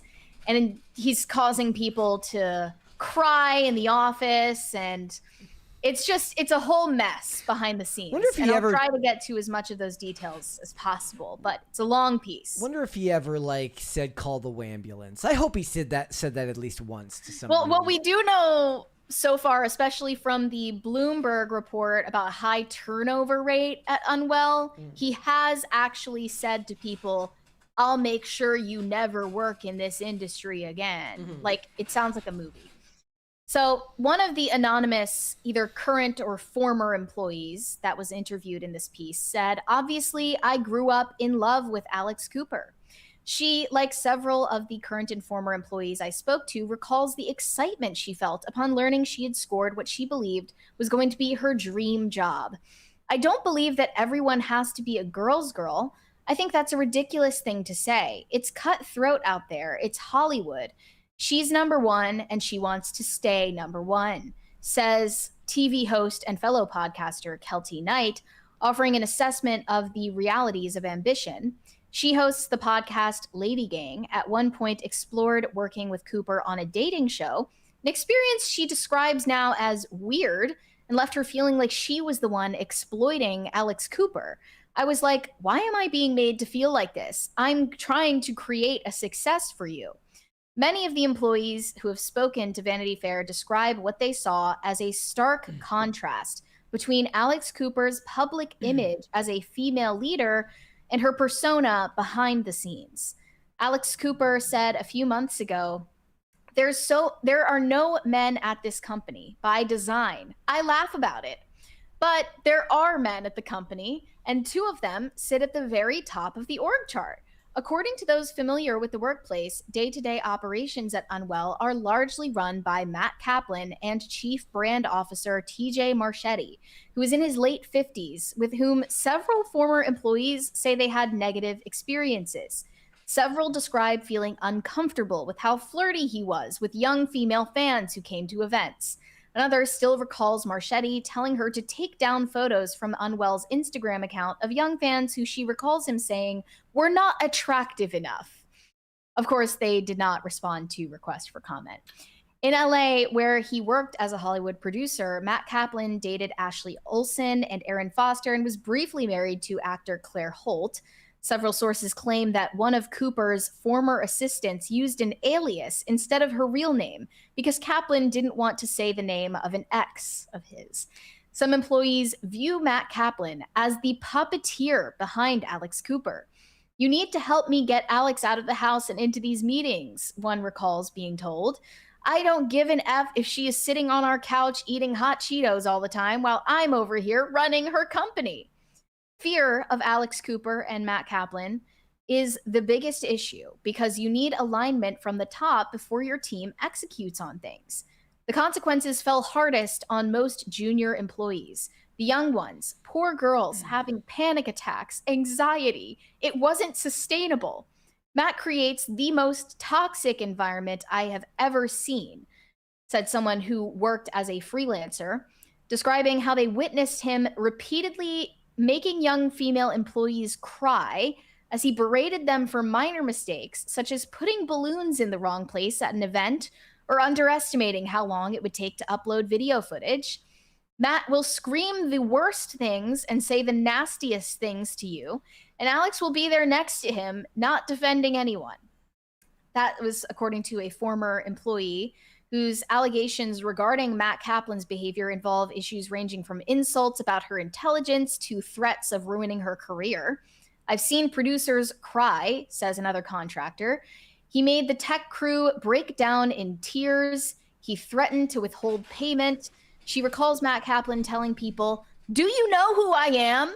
Do you know who my wife is? Are you effing with me? Are you intentionally trying to F with me?" He said to people on set at one point, "You're wasting my money. I can replace you at any point." Cooper was within earshot when Matt Kaplan burst out of the Video Village area during production saying, "I really want to yell at somebody right now." Other women who have spoken to Vanity Fair say they also witnessed Matt Kaplan lose his temper in front of Alex Cooper. The contractor notes that despite the public image of Unwell, what I found is behind the scenes, there is this man, her husband, running around wreaking havoc and making people cry and cower in fear. Several women say that in addition to experiencing Matt Kaplan's yelling, they struggled to make sense of what appeared to be playful flirtation from their boss's husband, who was also their boss, in a workplace where talking openly about sex had always been part of the founding vision. Multiple women recall Matt Kaplan asking about their sex lives. One said, "I've heard him in the office be like, 'Who did you have sex with this weekend?' He'd be like, 'What did you do this weekend? Who did you F?' Several describe him commenting on their physical appearance, remarking on whom he found hot or overweight, and noting how their clothing looked and fit. Others describe instances when they felt he stared at them for too long, or when a hand on a thigh or the back of the neck lingered." Okay. So, hand on the thigh, lingering. That's a little crazy. Okay. Back of the neck is also crazy, though. But like before that, so what was he leering at them for too long? That's what they would describe it as. What does that even leering mean in this context? Yeah, this is what it takes to run a company. You need the person who's the front-facing person, and then you need the absolute like drill sergeant behind the scenes who is going to actually keep it running. And unfortunately, would this not have been true of the fashion icons in the 90s, treating their assistants as disposable? You know, the people running the magazines and the fashion brands. Well, that's the thing. Behind most girl bosses is probably a man who's actually going to lay down the law. Yes. Because Alex Cooper wants the public to believe that her workplace is just girl power all the time and everyone's having fun. When in reality, you don't make money by having fun and being friendly and nice to everyone. The best thing they could do right now, remember the video of like the 4 Australian chicks doing the video going like this, where they, it's like, is it a Bob? They need to do one where they're trying to make that. He just interrupts and tells them all to shut the fuck up. Like, yeah, that's and then they all go running to the bathroom to clean off the mascara running down their face. Yes. But I mean, I also think this could have been avoided by hiring people based on the merits of their work rather than their being fans of Call Her Daddy, right? I like, don't think that they're even hiring works. a bunch of girls that are basically fresh out of college who have no experience other than listening to podcasts. And they're surprised when they're not competent. There's a thing I think we're gonna do tomorrow on the show where the show Matlock, the current year show Matlock, is being sued for like a racist and sexist work environment. And it tickled me to read the article to find out that it was women that were being racist and sexist. And I said, like, the moral of the story is that female producers can frat boy every bit as much as male producers can. Power corrupt. It's the in a new world now where you don't need men to be the sexist pigs behind the scenes. You as a woman can be the sexist pig behind the scenes if you try really, really hard. Nature abhors a vacuum. Yes. Somebody is going to Me Too somebody. You cannot possibly fire them all. But yeah, I think they're probably hiring people based on whether they're fans and devotees of Alex Cooper as a celebrity rather than their skills. And then they're acting surprised when they're not capable of following through on the job responsibilities. Well, the thing is they're also getting them for cheap. Like, they're hiring those women because they don't cost a lot of money out of college to do that. I'm guessing that where the talent goes is the independent contractors, the ones they actually have to shell out a lot of money to. Those are the ones who are making a lot of money, and the ones who are working in the office are just kind of, and again, like you said, they're like, oh, we thought we were going to be there and everybody's going to be talking about sex and stuff like that. Meanwhile, it's literally only a dude doing it. Yeah. Yeah. Well, look, a true girl boss is a very rare species. You will not probably ever meet a true girl boss in a lifetime. Like, you can learn this lesson by watching the original Devil Wears Prada movie. It's all about how Andy is under the tutelage of a true girl boss, a true cutthroat, competitive, ambitious girl boss. And she realizes by the end of the movie that she's not able to be tough like that. And most women can't. And Alex Cooper is one of those women who wants to project that image, but when it comes down to it, she needs a man to do the work. The thing is, most guys can't do it either. There's a reason. There's a reason why artists have agents. So the agent can do all of the hard negotiating that they don't want to do or don't really understand, and that's fine. Like, that's literally why it exists. Like I said, Armie Hammer doesn't even have an agent anymore. He's got like one lawyer, and he's like, "Can you make some calls for me?" Can't make the calls himself. Needs his lawyer to do it. And the guy's like, "That's like, I don't do that. Like, that's not part of my job." So more on the flirting, they say, interestingly, that Matt Kaplan's flirtatious behavior wasn't as bothersome as the chief brand officer's, TJ Marchetti. They said, Matt was definitely a flirty guy, but I can't say I felt uncomfortable. Rather, it was Marchetti who gave her and other colleagues discomfort. I would cry every day, and I'm tough. You can say crazy shit to me, but I would cry every day, and he would call me for hours. Matt Kaplan's interactions with employees, according to several former staffers, could similarly veer into the unprofessional. One of his prior employees recalls coming to Kaplan about a work question, but he just kind of cut me off, probing about her dating life. The woman felt unable to steer him away from a line of inquiry. He touched my arm at one point, and I recall thinking, don't do this. Alex is standing right there. The way that Kaplan was running the company, according to several sources, was in direct opposition to the uplifting feminist workplace that Cooper claimed it to be. And this was during the feud between Alex Cooper and Alex Earl in April that Alex Cooper said, "This girl on girl shit needs to stop." Once again, voicing the kind of supportive feminist messaging of a company tasked with building the future Alex Coopers. It's a vision that attracted a generation of young women who follow Cooper's every move. But if the company's inner workings actually hinder its stated mission, where's the line between feminism for uplifting the next generation of women and feminism weaponized to insulate oneself at the top? I must say, those things are one and the same. And what does it mean when ultimately a man appears to be in charge of it all? One former employee recalls a particularly telling anecdote from when Earl was on her way out of the company and refused to participate in an event. Matt Kaplan, maybe joking or maybe not, suggested that they invite Earl's college nemesis to the event instead. An employee remembers asking Kaplan, "Isn't that a little mean girl?" And he said in response, "We're all mean girls at this company. I'm the biggest mean girl of anyone." I mean, that's like, yeah. Now I'm thinking, like, is this guy Gay? Yeah, he's and gay. Alex Cooper is his beard? Like, what's going on here? Yes, There's that is something really weird about a straight man saying that out loud. Yeah.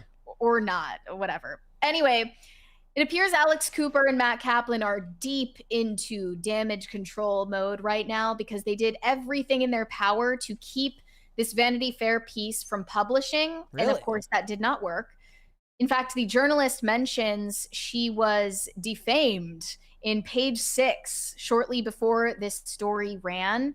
They mention receiving a letter. Vanity Fair received a letter from attorney Brian Friedman, who has represented Justin Baldoni, Tucker Carlson, Megyn Kelly, Kevin Spacey, Don Lemon, and Chris Cuomo. The letter was sent on behalf of Alex Cooper, Matt Kaplan, and Unwell, and accused Vanity Fair of assigning this story to a novice journalist, alleging that the journalist has connections to Alex Earl, a direct competitor of our clients in the podcasting and influencer spaces.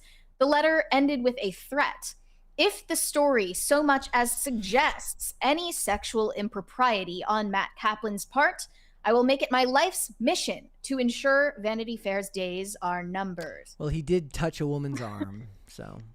So they did more than just suggest sexual impropriety. But it's weird that they emphasized it so much at the end of the letter. Like, instead of any of the other stuff, they were like, look, you can say he was verbally abusing women and, you know, making them cry in the bathroom. But if you so much as suggest that he lingered on a woman's thigh, well, I can tell you why. I can tell you why that is. It's because there is no nuance in that side of all sexual assault is rape to them. Like, right. if the idea here is that his eyes lingered on a woman at the workplace, that will be treated the same as touching her arm or leering or grabbing her. Like, and they know this could turn into a class action lawsuit. Correct. So he will get no quarter there. You know what's I think is weird about all this? They're behind the 8 ball. In the political space, the women are oftentimes Hillary Clinton. Like, it wasn't Bill Clinton that you imagine as being the brutalist. Hillary Clinton was the brutalist who got her husband elected. Right. She could take some notes. Shane H. Wilder for 20 says, the first station I worked at hired a female anchor because the divorced news director thought she was hot. She was dumb as a box of rocks and couldn't say words correctly on air. If anyone tried to correct her, we would get yelled at. I mean, that's what happens here. When people correct me saying things wrong or reading wrong, I just yell at them. That's what I do. It seems like such an antiquated PR tactic to speak through lawyers and make these vague threats and refuse to speak openly, especially when Alex Cooper is always sitting in her pajamas on a fake living room set, pretending she's best friends with her audience. And yet she's obviously insulating herself from the backlash and doing everything she can to silence it. Yep. It comes off as very inauthentic. I I mean, did check her comment section on her most recent episode where she interviewed Olivia Wilde.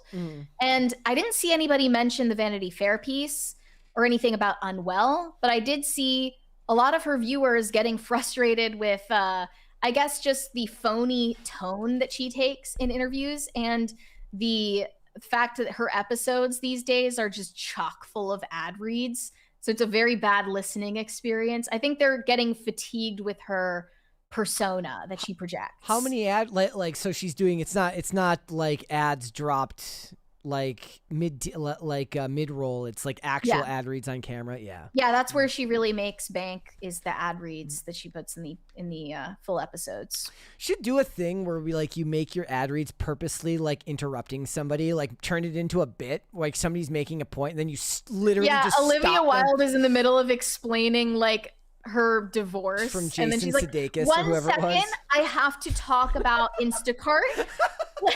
That would be hilarious. I would love that. Yeah, at least then we could stop pretending that she's BFFs with all of these random actresses. Exactly. That would be refreshing in a weird way. All right, let's go to Super Chats then. Okay. Are we sure we didn't miss any 20s? I just don't want to... I believe I got them all, but I'll double check. I think we're good. Dingus Khan of Gongolia said, "Mary, if you ever go axe throwing again, the trick to throwing one-handed is to extend your hand like you're offering a handshake. Trust me, I'm a Viking." Okay. So you mean like underhanded? Or just like, no, like this, like. Oh, I don't really come at people like this for a handshake though. Yeah. Like that would be a little bit threatening, like I'm like karate chopping the air. Yeah. Well, thank you. I'll keep that in mind for my next axe throwing session. You're not millennial enough to do that. Were you listening to the Lumineers while you threw axes? We should have, yeah, but it was at the Ren Fair, so that's just one of the rigged games that they have you play.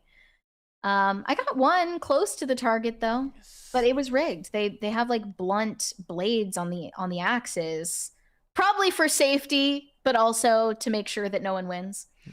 Antonio Lucero said, "Looking forward to my PCC Everything I Don't Like is a PSYOP t-shirt I ordered this morning." Throwback. Well, thank you for ordering one. We should make like a new version of it. Like what would a remade version of it be? Like maybe like Everything I Don't Like is slop. Yeah. Well, no, I'm trying to think of keeping the phrase the same. Like, I like the idea of it looking like, making it look like it's part of a redacted government file, but that doesn't really, I hate graphic tees. Ooh, for the most can we part. make one that says "I heart slop"? We should do that. I kind of like this. But the thing is like, I've moved, like, slop is a great term for stuff that you don't like, but like, I'm always like apologizing for liking slop. But I think I'm moving towards schlock being good. Like, schlock is the good version of slop. Schlock? Yeah. Is that German? Well, schlocky is a term. Like, kind of in the same vein, except for you wouldn't say sloppy. Wait. It's been a long time since I've heard anyone say schlock. Something that is inferior or poorly made. But I don't mind. I think if slop is bad, then schlock should be good. I want to do an I Heart Slop shirt. I think that would do well. Shane H. Wilder said, "You have no idea how hard it is to shill on socials for a show no one is supposed to watch while waxing poetic in the Shakespearean tongue." I applaud you for your efforts nonetheless. Thank you, Shane. It's well appreciated. Mm-hmm. I am still kind of scared to watch the episode because, man, that was a very chaotic day. To say the least. It's an emotional roller coaster. Brian Bledsoe said, "Just went back to the AfterBuzz channel on here, and I remember watching the WWE post shows and some TV show recaps." Yeah, there was. That was always YouTube content. It wasn't like... No, I never watched it on YouTube. I always listened to it on audio podcast platforms back. Okay, in the but day. it wasn't like The Talking Dead where it was aired on the network. They had a YouTube channel from what I understand, but I don't know if I ever actually watched any. I never watched any of it on YouTube. Shane H. Wilder said, "If you read my post yesterday for the Ren Fair video, I would clearly be a bard. weaving tales of fight and fancy while playing a mean lute. You would have done a better job at role playing than I did. I felt like I was in enemy territory the entire time. Okay, there are videos for a lot of these. Yeah, there's videos for these. That is crazy. Pretty Little Liars AfterBuzz TV show, Mob Wives AfterBuzz TV show, Dance Moms Season 4, Vampire Diaries. Gosh, it was a good time to be alive back then. Such a good time to be alive. Marcos said, get Mary Starlink as a secondary internet? How much does Starlink cost? I have no idea. I don't even know where to start with that. Bossen said, I am a Spanish Inquisition interrogator or Templar, something godly and fun, and where I can annoy people in character for the Lord, Deus Vult Maiden. That would be pretty fun. I didn't think of that at the time, although I guess I wouldn't be able to roleplay as a Templar. But yeah, I was like some sort of fairy, like, I don't really know what my character was, to be honest. We didn't fully form our roleplay disguises, backstories, and all. Yeah. Brian Bledsoe said Pascal as Ted Cruz. Yep. I would be down for that. It works. Yeah. Robert Delara said a Sean Penn January 6th movie might as well just be another Michael Moore documentary. You know what you're going to get. That is true. Yeah. Yeah, I'm not shocked. Pop Culture Junkie, I think we read that one earlier. Shane H. Wilder said, Bretolemus the Bruiser, keeper of the culture and breaker of faces, small in stature but mighty in strength. I'll take it. Sure. Why the fuck not? Shane H. Wilder said it's pronounced Joan Baez. I don't know. Although she ran in the same circles as Bob Dylan, so I don't blame you for not knowing her. Well, I mean, I already distrust her if she ran in the same circles as Bob Dylan, but guilty by association. Exactly. Corey Anderson said, I'm surprised Sean Penn is still alive, seeing as he got El Chapo arrested. What's that about? There's something about that in the recesses of my brain, but I don't remember. Okay. How old is Sean Penn, by the way? He's got to be in his 70s by now. If not, he's in his 60s. Pop Culture Junkie said I think you read this one earlier as well. Exploding Prinny said, would Armie Hammer star in a remake of Possibly in Michigan? Feels like perfect casting, dude. I had to look this up because I had never heard of it. Before my time, Possibly in Michigan, made in 1983, is a surreal 12-minute feminist horror musical short film written and directed by Cecilia Condit. It tells the story of two women, Sharon and Janice, who are stalked in a shopping mall by a cannibalistic killer named Arthur. When Arthur tracks them home to attack the women turn the tables, kill him, and cook him for dinner. Wait, why would they? Are they cannibals too? I only read the overview, so it doesn't really tell me whether they ate him or not. All right. Well, I didn't get it at first, but it talks about themes of reclaiming agency and consumerism in danger. It says this film is widely understood as a way for the director, Condit's choice of making it to process trauma from her personal life. She had previously dated Ira Einhorn, known as the Unicorn Killer, a notorious figure who murdered his ex-girlfriend and hid her mummified remains in the trunk in their apartment. Themes of consumerism and danger. The mall setting is used as a critique of consumer culture. Shut the fuck up. I mean, based on the backstory that led her to make the movie, yes, I can't blame her. Wait, what does consumerism have to do with the backstory? No, I guess that part is kind of just added in there for extra flourish, but It was the 80s. There was malls. They're like, I think we're getting a little too attached to stuff in the real world. We should be caring about things that really matter, like love and family and rainbows. What was the golden age of shopping malls? Like the 90s or the 2000s? 90s. Really? 90s. I would have thought the 2000s because people still weren't shopping online and they didn't have smartphones. I still feel like it was the 90s. Maybe I'm wrong. Shane H. Wilder said, Hammer knows exactly what he's doing with his words. It's all to get people to talk about him again. I think the same thing. Yeah. Especially the part where he was like, I was just consume. Like, bro, read the room. And then the Gen Z feminists were like, he ate with that one. Oh, man. He left no crumbs. None. Brian Bledsoe said, America 250 just sealed America's time capsule to be reopened in 2276, containing items from all 50 states and territories, as well as other items. What do you think should be in the capsule? So well, it's too late now, isn't it? Fentanyl from California. Oh, no. Meth from Florida and the Florida Man. Gosh. Is it just all going to be drugs? No, it doesn't have to just be drugs. A can of Zins, of course. Where would that come from? Well, it could be from no particular state because they added some freebies in there. Yeah. Yeah. I don't know. How big is the capsule? That's a good question. It's probably pretty big. Gosh, I don't know. Is there anything really worth keeping?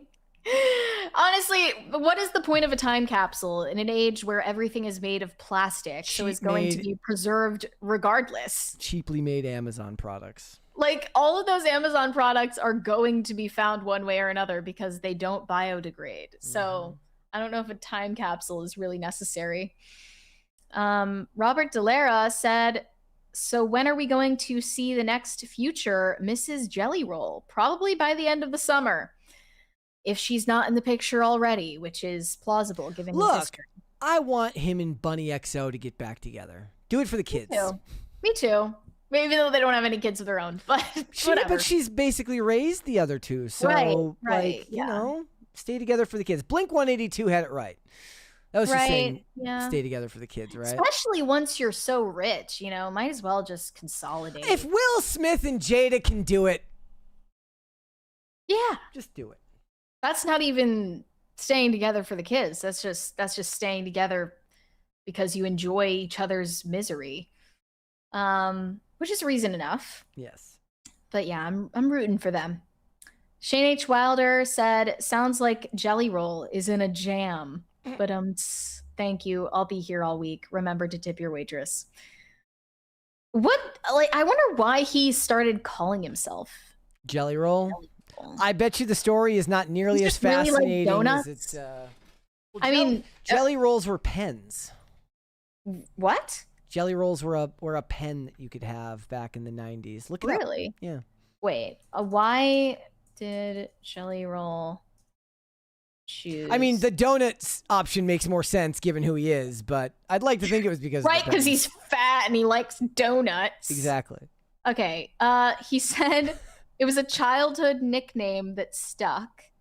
His mother called him Jelly Roll because he was a chubby little kid with a love for donuts and pastries. Well, I'd like to think it has to do with the pens, okay? That's great.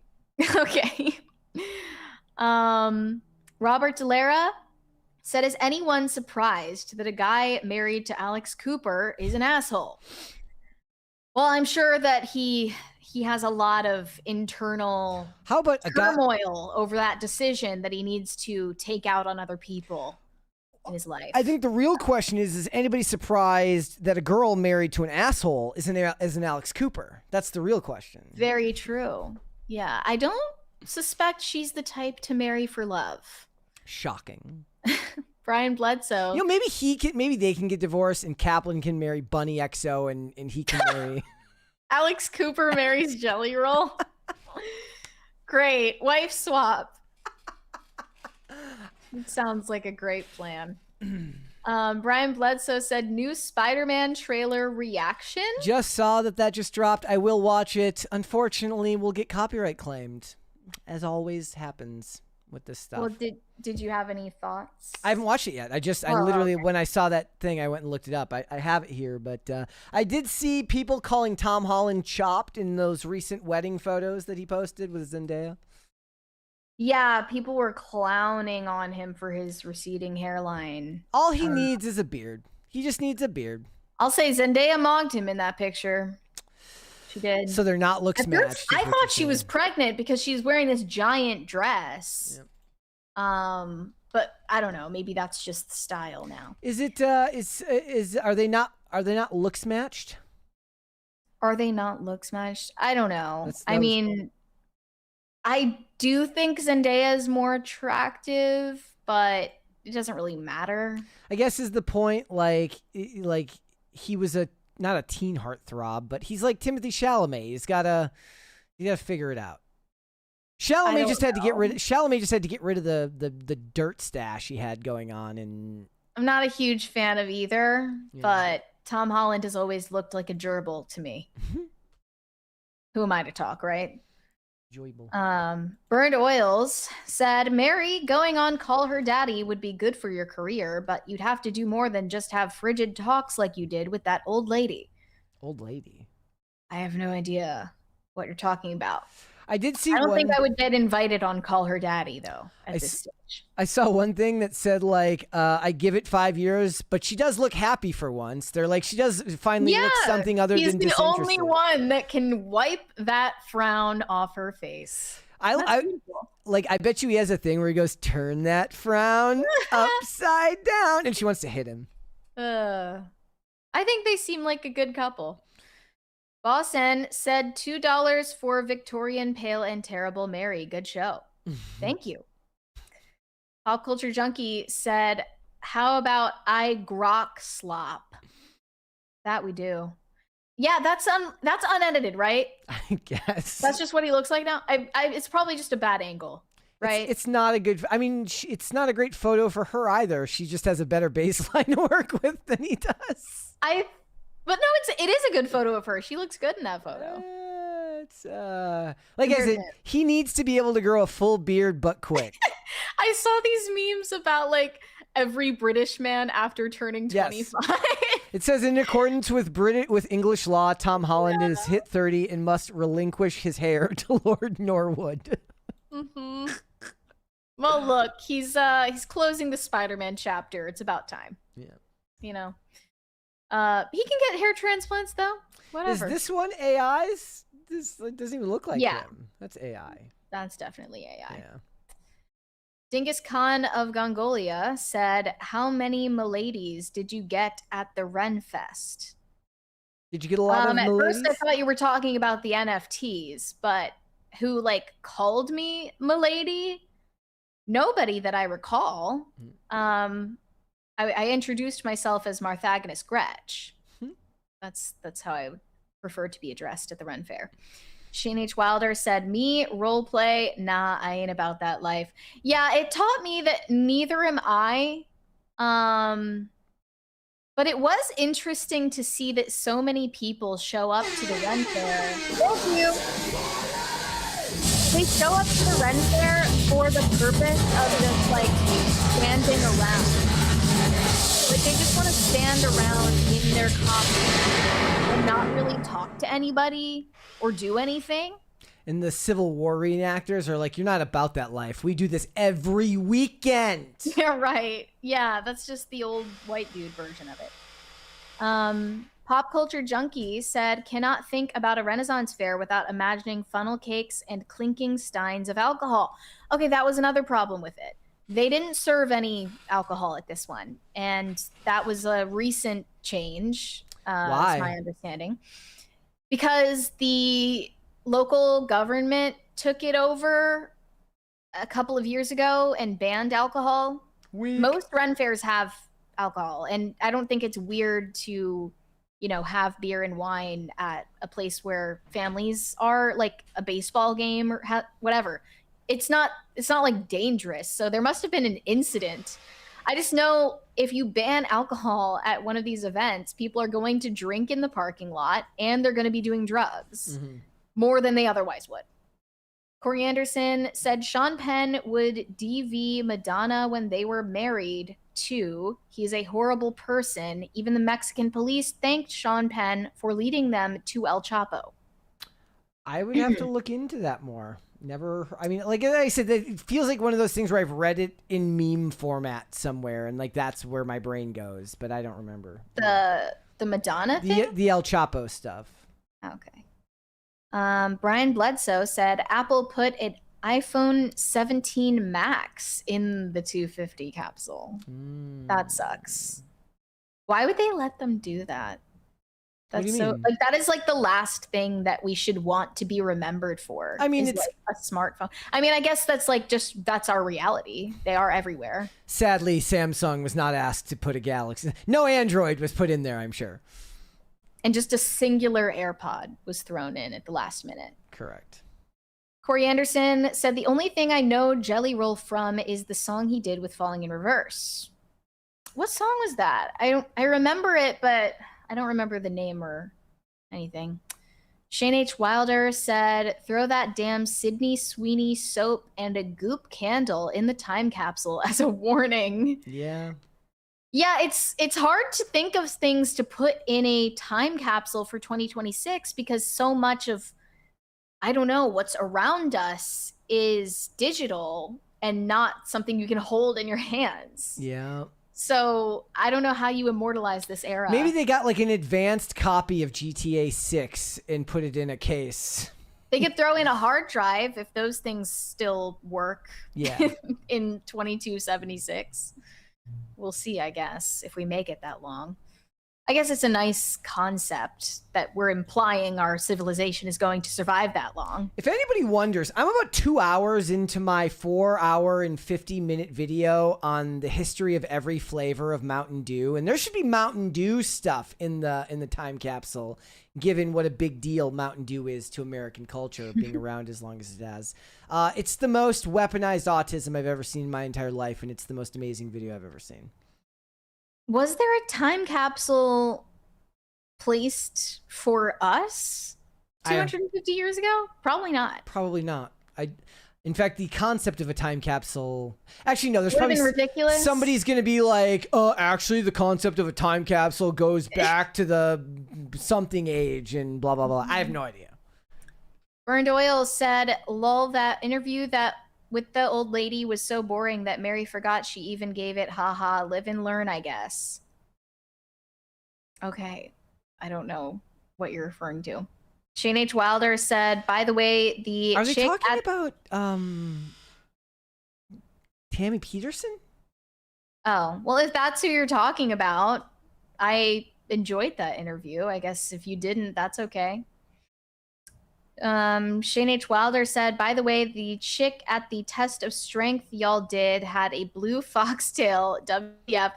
Well, look, don't worry. I believe it was just clipped to her clothing. It was nowhere inside anything. Okay. Small mercies.